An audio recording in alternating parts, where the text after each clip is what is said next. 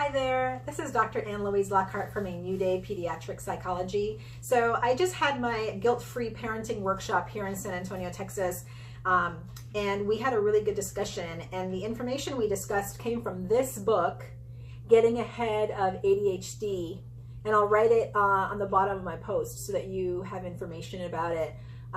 It's a really great book, and it was published in 2017, and he talks about information related to environmental factors and the propensity to have ADHD, that it's not just genetic, there's a whole bunch of other factors. It's really, really interesting.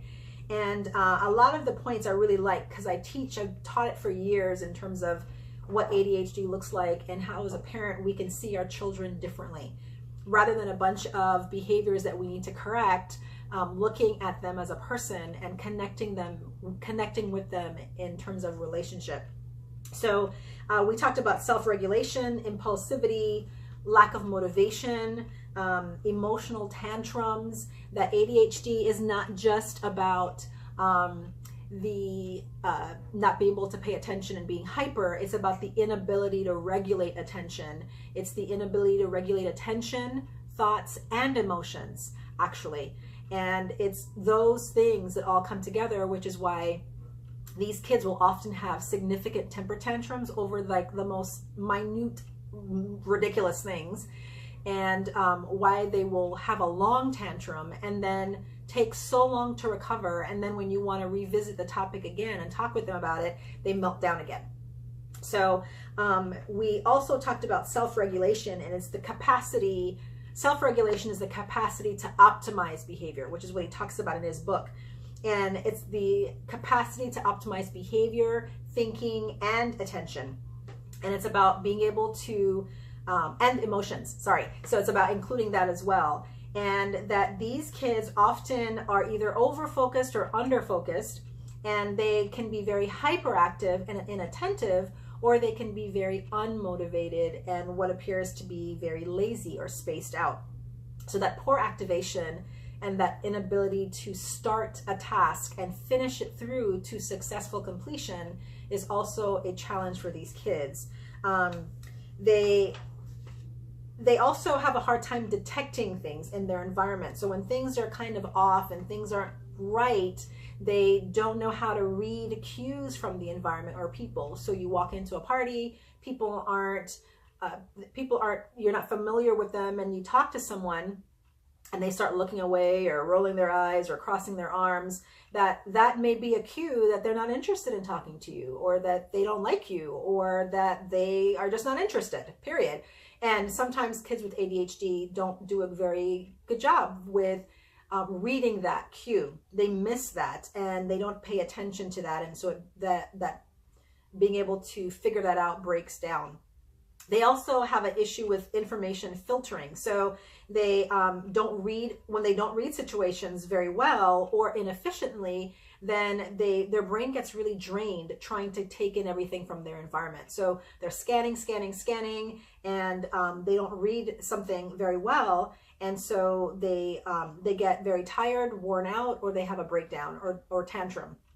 And this is why I advocate so much for games and card games and board games for these kids, because things like playing Uno, Connect Four, Monopoly, turn-taking games, Battleship, all those different things really help them with turn-taking, with controlling their emotions, with impulsivity, with social skills, with their memory, and just regulation. Games are a great way to do that. And so those are just really, really good things. But the bottom line is I tell the parents that it's not just about giving your kids a bunch of medication and changing their diet and doing a bunch of parenting strategies. All of those can be very effective.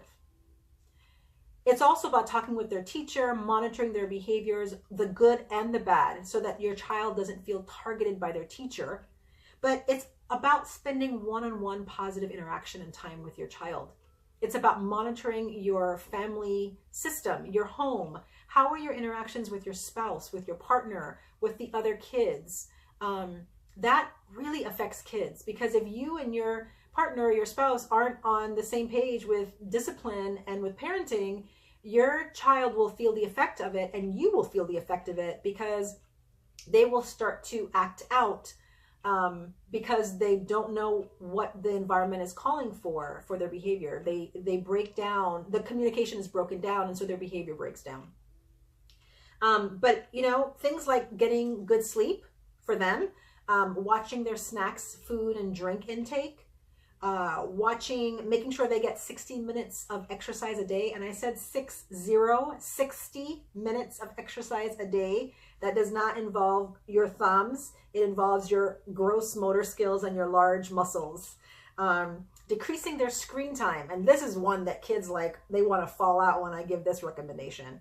Screen time is out of control for these kids and for kids in general. They spend so much time on the screen that they go through withdrawals when they're not on it. And so it's really important to limit it, and that they shouldn't have 24/7 access to a screen. They don't need it, and they don't need their phones by their bedside. They're not a physician on call. They don't need to be listening to a text or a call in the middle of the night. And then, you know, making sure that if you really feel like you're at a point where you have no more reserves, that you feel like you have lost it, to make sure you get support from a behavioral health professional. The problems don't go away overnight. They do take time, especially the older they are and the longer they have been reinforced with the negative behaviors, but it does get better, and it can get better.